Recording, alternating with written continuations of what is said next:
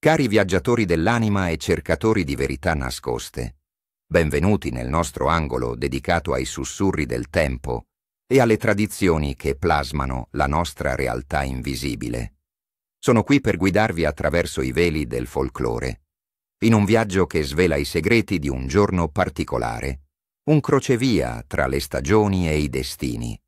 Preparatevi, perché ciò che stiamo per esplorare va oltre la semplice storia, toccando le corde più profonde della magia e della fede popolare. Il 1° settembre non è solo un cambio di data sul calendario. È un confine sottile, il respiro finale dell'estate che si fonde con il primo soffio dell'autunno.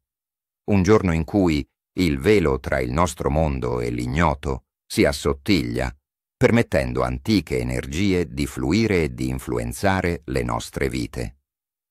Un giorno di passaggio, di transizione, dove ogni azione, ogni pensiero può tessere la trama del nostro futuro. Questo giorno, nel cuore della tradizione italiana, è conosciuto principalmente come il giorno di Sant'Egidio. Ma non è un mero tributo a un santo. È la celebrazione di una transizione cosmica, della fine di un ciclo agricolo e l'inizio della preparazione per il successivo. È un momento profondamente legato ai cicli della natura, alla terra che offre i suoi ultimi frutti abbondanti e al cielo che inizia a mutare i suoi colori e le sue promesse. Questo giorno porta con sé la saggezza dei nostri antenati, che impararono a leggere i segni del cosmo per assicurarsi benessere e protezione. Nel contesto religioso e spirituale, il 1° settembre è dedicato a Sant'Egidio Abate. Egidio, il cui nome significa protettore, è una figura avvolta in un'aura di mistero e solitudine, un eremita che scelse la pace dei boschi alla gloria terrena. Egli è invocato per una miriade di bisogni. È il patrono degli storpi, dei mendicanti, dei fabbri, degli eremiti e dei boscaioli. La sua intercessione è richiesta per curare malattie come l'epilessia, la pazzia e il cancro, ma anche per proteggere dalla sterilità e per ottenere una buona confessione, liberando l'anima dai pesi nascosti. La sua figura è un ponte tra il sacro e il profano, un cristianizzazione di antichi culti della natura e delle divinità del raccolto. I nostri antenati, infatti, vedevano in Sant'Egidio non solo un santo, ma l'incarnazione della forza protettrice che vegliava sui campi, sulle foreste e sulla transizione della vita stessa. Si rivolgevano a lui con preghiere per un raccolto abbondante, per la salute del bestiame e per la protezione dei loro cari dalle insidie dell'inverno imminente. Non è difficile scorgere in queste invocazioni gli echi di antichi riti pagani dedicati a divinità come Cerere o Pomona, signore dell'abbondanza e dei frutti, la cui protezione era fondamentale in questo periodo di bilanci e speranze. Ma chi era questo santo silenzioso e potente? La storia di Sant'Egidio è una leggenda intrisa di miracoli e di un amore profondo per la natura. L'orso suggerisce forza interiore e la necessità di introspezione. Raccolto. Sognare campi rigogliosi e un raccolto abbondante presagisce prosperità, successo nei progetti e abbondanza. Al contrario, campi sterili o un raccolto fallito indicano ansie, perdite o la necessità di seminare meglio le proprie azioni. Foreste e alberi rappresentano il proprio io interiore, i segreti e la crescita. Camminare in una foresta densa ma illuminata indica un viaggio di scoperta interiore positivo. Una foresta buia e spaventosa suggerisce paure irrisolte o misteri da svelare. Guarigione. Sognare di essere guariti da una malattia o di guarire qualcun altro è un potente presagio di recupero fisico, crescita spirituale e la risoluzione di vecchi dolori. Le anime nascute. Sotto il velame di Sant'Egidio. Chi nasce il 1° settembre porta con sé le qualità intrinseche di questo giorno di transizione e di protezione. Questi individui sono spesso caratterizzati da una profonda intuizione e una spiccata compassione. Sono anime sensibili, capaci di percepire le emozioni altrui e di offrire un ascolto sincero. Possiedono una forza interiore inaspettata, che emerge soprattutto nei momenti di difficoltà, rendendoli resilienti e tenaci. Hanno un amore innato per la natura e per la solitudine, trovando spesso ispirazione e pace in ambienti tranquilli e appartati. Come Sant'Egidio, tendono ad essere protettori per natura, attirati da chi è debole o in difficoltà, offrendo il loro aiuto senza aspettarsi nulla in cambio. A volte possono apparire introversi o riservati, ma sotto questa superficie si cela una mente acuta e un cuore generoso. La loro vita può essere segnata da sfide inattese, ma sono destinati a superarle con saggezza, emergendo più forti e più consapevoli. Molti nati in questo giorno mostrano talenti artistici o una forte vocazione spirituale, cercando un significato più profondo nell'esistenza e un modo per contribuire al benessere collettivo. Gli onomastici. Nomi e destini. Il 1° settembre è il giorno dell'onomastico per tutti coloro che portano il nome di Sant'Egidio e le sue varianti femminili. Egidio è il nome più celebre del giorno, che deriva dal greco Aigidios, capra o protettore. Chi porta questo nome è spesso una persona riflessiva, umile, con un forte senso morale e una spiccata tendenza alla protezione verso gli altri. Hanno un'aura di calma e saggezza, ma possono anche celare una grande forza e determinazione. Tendono a evitare i riflettori, preferendo operare in silenzio ma con grande efficacia. Spesso attraggono persone che cercano guida o conforto e possono talvolta sentirsi gravati dai problemi altrui, proprio come il santo che intercedeva per i peccati nascosti.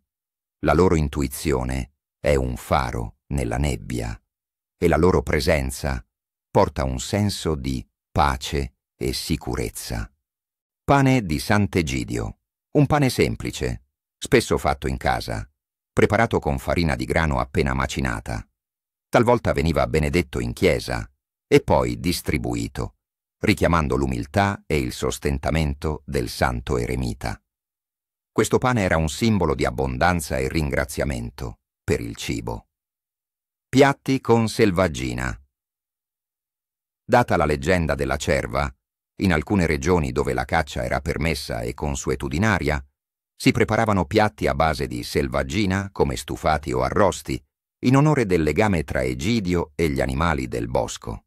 Questi piatti erano considerati un modo per onorare la natura e il suo ciclo vitale. Primi funghi e castagne. Nelle zone montane si cominciavano a raccogliere e cucinare i primi funghi porcini e le castagne, precursori dell'autunno, in segno di accoglienza per la nuova stagione e le sue offerte. E ora veniamo ai moniti degli antichi, i severi divieti del giorno, ciò che non deve essere fatto per non incorrere in sventure. I severi divieti del giorno. Cosa non bisogna fare? Il 1° settembre è un giorno sacro di transizione e la sua energia richiede rispetto. Ignorare questi divieti può attirare energie negative e sventura. 1. Non intraprendere grandi pulizie domestiche. È severamente proibito fare grandi pulizie, come spazzare via la polvere da ogni angolo o riordinare armadi. Si crede che spazzare via la sporcizia in questo giorno possa spazzare via anche la fortuna, le benedizioni accumulate e le energie positive che stanno per insediarsi per il nuovo ciclo. Le conseguenze?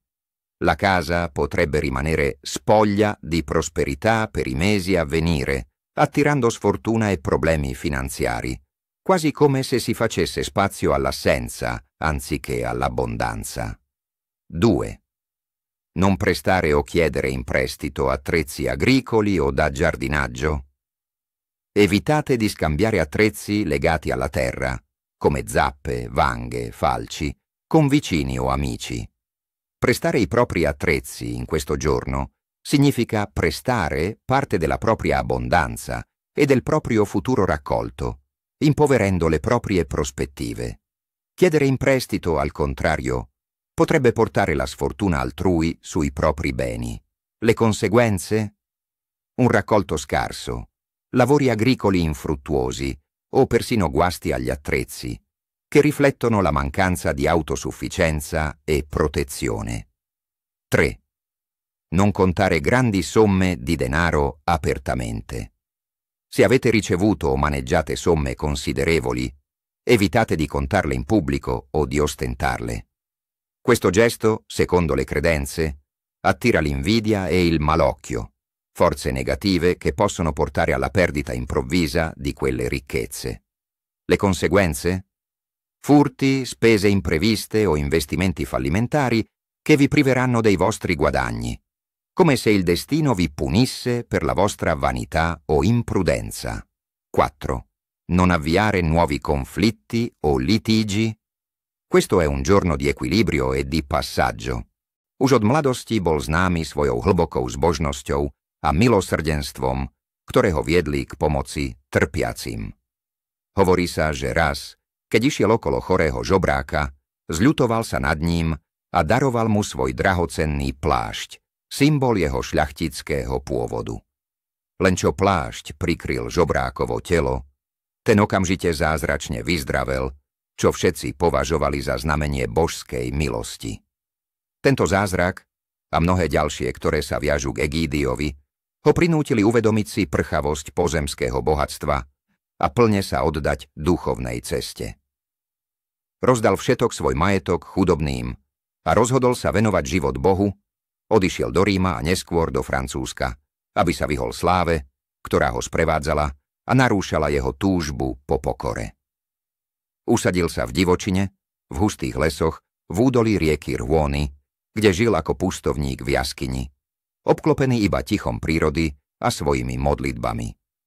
Jeho jediným spoločníkom, a to je jedna z najznámejších a najčarovnejších častí jeho legendy, bola laň. Táto divoká laň, ktorá mu verne slúžila, sa stala symbolom jeho nevinnosti a hlbokého spojenia s prírodou, ako by bola predĺžením jeho vlastnej duše. Jedného dňa kráľ Vamba z Vizigótov, ktorý bol vášnivým lovcom, prenasledoval túto laň so svojou družinou, nevediac o jej posvetnom spojení s pustovníkom. Laň hľadala útočisko u Egídia v jeho jaskyni, kde pocítila ochranu. Keď kráľovskí lovci vystrelili šípy, Egídius sa postavil pred zviera, aby ho ochránil, obetujúc vlastné telo. Jeden zo šípov zasiahol jeho ruku, zranil ho, ale laň bola zachránená. Kráľ, ohromený zjavom pustovníka, jeho hlbokou spiritualitou a nezištnou obetou, sa ospravedlnil a ponúkol Egídiovi pôdu na založenie kláštora ako znak pokánia a úcty. Egídius ponuku prijal a založil benediktínsky kláštor, ktorý sa stal centrom vzdelanosti, spirituality a pomoci pútnikom. Bol opátom a viedol svojich mníchov príkladom pokory, modlitby a práce, vytvárajúc miesto, mieru a múdrosti. Hovorí sa, že mal dar prorokovania a vedel čítať v srdciach ľudí, odhaľovať ich skryté myšlienky a túžby. Raz keď kráľ Karol Veľký alebo iný panovník tej doby navštívil kláštor, Egídius mu v spovedi odhalil tajný hriech, ktorý kráľ skrýval a ktorý mu nedával pokoj. Týmto zázrakom Egídius presvedčil kráľa o potrebe pokánia a zmierenia s Bohom, ukázal mu cestu k duchovnej obnove. Po svojej smrti bol pochovaný v kláštore, ktorý dodnes nesie jeho meno, Saint-Gilles-du-Gard vo Francúzsku. Jeho kult sa šíril celou Európou a stal sa jedným z najúctievanejších svetcov. Jeho život je príbehom o obetavosti, milosrdenstve a neobyčajnej sile viery, ktorá dokáže skrotiť divočinu, zmeniť srdcia kráľov a inšpirovať generácie. Pre našich predkov bol teda Egídius nielen duchovným vodcom, ale aj symbolom ochrany, nádeje a spojenia s vyššími silami v čase prechodu od hojného leta k náročnej zime. Teraz sa poďme pozrieť na znamenia, ktoré nám v tento deň prinášajú dôležité posolstvá o našej budúcnosti, počasie, úrode a osudových udalostiach. Ľudia narodení 1. septembra pod vplyvom svätého Egídia a meniacej sa prírody sú často obdarení výnimočnými vlastnosťami. Sú to duše s hlbokou empatiou a intuíciou, často priťahované k duchovným a filozofickým otázkam, hľadajúce zmysel za povrchom. Majú v sebe pokoj a vytrvalosť, ktorá im pomáha prekonávať životné prekážky, podobne ako pustovníci, ktorí hľadajú pravdu v tichu a samote. Často sú introvertní, no vedia byť aj charizmatickí lídri, keď je to potrebné, pretože ich tichá sila a schopnosť intuitívne chápať situácie im dodávajú prirodzenú autoritu. Majú vrodenú múdrosť a schopnosť vidieť pod povrch vecí, čo im umožňuje preniknúť k jadru problémov a ponúknuť hlboké riešenia. Bývajú mimoriadne citliví na energiu okolia a často majú dar liečiteľstva alebo predvídavosti. Dokážu vnímať to, čo iní prehliadajú a pomáhať druhým nájsť ich vlastnú cestu. Ich životná cesta je často spojená s hľadaním rovnováhy medzi materiálnym a duchovným svetom, s neustálou potrebou spájať pozemské potreby s vyšším zmyslom existencie. Ak ste sa narodili v tento deň, ste požehnaní schopnosťou pochopiť hĺbšie súvislosti života a máte potenciál stať sa majákom pre ostatných, viesť ich a inšpirovať. Vaša cesta je cestou ochrany, múdrosti a hlbokého poznania, ale aj cestou sebaobjavovania a neustáleho duchovného rastu. Dajte si však pozor na prehnanú uzavretosť a sklon k melancholii. Potrebujete svetlo a spoločnosť, aby vaša duša kvitla a vaša jedinečná energia sa mohla naplno rozvinúť. Meniny. Na 1. septembra oslavujú svoje meniny Egíd, Egídia, Drahoslava, Konrád, Zuzana, Lea, Luisa, Nax. Z tohto zoznamu sa poďme pozrieť bližšie na meno, ktoré je pre tento deň kľúčovej. Egíd. Meno Egíd, odvodené od latinského Aegidius a gréckeho Aigidios, znamená kozí chrbát, alebo chránený kozou kožou. To odkazuje na pastierské korene a ochranu. Ľudia s menom Egíd sú často vnímaní ako tichí, rozvážni a spoľahliví. Majú silný zmysel pre povinnosť a sú verní svojim zásadám. Sú to spoľahliví priatelia a oporné body pre svoju rodinu, vždy pripravení podať pomocnú ruku. Často sú obdarení umeleckým talentom alebo hlbokým záujmom o históriu a filozofiu, hľadajú krásu a zmysel v starých múdrostiach. Ich pokojná povaha skrýva silnú vôľu a odhodlanie, ktoré im pomáha prekonávať prekážky. Hoci sa môžu zdať zdržanliví, v ich vnútri drieme veľká sila a múdrosť. Môžu mať sklon k izolácii, no práve v samote nachádzajú inšpiráciu a silu pre svoje vnútorné procesy. Sú to skutoční ochrancovia a strážcovia hodnôt, ktorí stoja pevne v meniacom sa svete, prinášajúc stabilitu a múdrosť. Teraz sa ponorme do jadra tohto dňa, do rituálov a zvykov, ktoré naši predkovia dodržiavali s úctou a vierou, aby si zabezpečili priazeň osudu. Pamätajte, že tieto rituály sú mostom medzi minulosťou a prítomnosťou a ich správne vykonanie môže otvoriť dvere k hojnosti a ochrane. Tradície a rituály, čo je potrebné robiť. Jednádi, môžete povedať: Svätý Egidius, múdry opát, osvieť moju myseľ, ukáž mi správnu cestu, nech poznám pravdu a konám správne. Nech môj rozum je čistý a moje rozhodnutia múdre. 4. Voda pamäti. Vodu z pohára pomaly, s vedomím jej sily, vypite. Verilo sa, že táto voda prijíma energiu sviečky a silu prosby a prenášajú priamo do vášho tela a mysle, aktivujúc vnútornú múdrosť. Čo robiť potom? Papierik s otázkou spáľte v plameni sviečky a popol vyhoďte von do vetra, aby sa vaše želanie rozletelo. Choďte spať s otvorenou mysľou a očakávaním. Odpoveď alebo jasnosť môže prísť vo sne, v podobe nápadu alebo prostredníctvom nečakaného stretnutia v nasledujúcich dňoch. Buďte vnímaví na znamenia. Kulinarické tradície dňa. Na Egídia nebolo typické žiadne špecifické slávnostné jedlo v zmysle honosnej hostiny, ale skôr jedlá, ktoré symbolizovali hojnosť žatvy a boli praktické pre hospodárov po letnej drine, odrážajúc prechod k jesenným zásobám. Zemiakové placky s kapustou. Ako symbol jednoduchosti a úrody zeme, zemiaky boli základnou potravinou. Často sa pripravovali s čerstvou dusenou kapustou, ktorá už bola dostupná po prvých jesenných zberoch. Placky symbolizovali plnosť a kapusta bohatstvo úrody, prinášajúce sítosť a zdravie. Hubové jedlá. Ak bola dobrá úroda húb, boli na stole hubové polievky, praženice s vajcami alebo hubové omáčky s cestovinami. Huby boli darom lesa a ich konzumácia symbolizovala vďačnosť prírode za jej dary a snahu o využitie všetkého, čo zem ponúkla. Chlieb a ovocie. Čerstvo upečený chlieb, často z prvej múky z novej žatvy, bol posvätný a jedol sa s úctou. Jedol sa s jablkami alebo hruškami, ktoré boli v tom čase už zrelé a plné slnka. Chlieb symbolizoval život a obživu, ovocie sladkosť a prosperitu, a ich kombinácia predstavovala plné stoly. Mäso. V niektorých regiónoch sa jedlo aj bravčové mäso, často klobásy, šunky alebo údené mäso, ako príprava na zimné obdobie, kedy bolo mäsa dostatok a bolo potrebné doplniť zásoby energie. Bolo to však skôr symbolické ukladanie zásob, nie rituálna obeť, ale praktická príprava na chladné mesiace. Tieto jedlá mali nielen nasýtiť telo, ale aj posilniť puto s prírodou a poďakovať sa za jej dary, ktoré zabezpečovali prežitie. Hlavné zákazy dňa, čo nesmiete robiť. Ak sú rituály mostom k dobru, zákazy sú hranicami, ktoré nesmieme prekročiť, aby sme nepozvali zlo do svojich životov.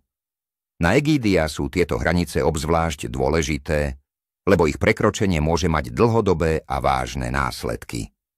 Nepodceňujte silu týchto upozornení, ktoré sa k nám dostali cez stáročia skúseností a múdrosti predkov a ktoré sú hlboko zakorenené v mystickom chápaní sveta. 1.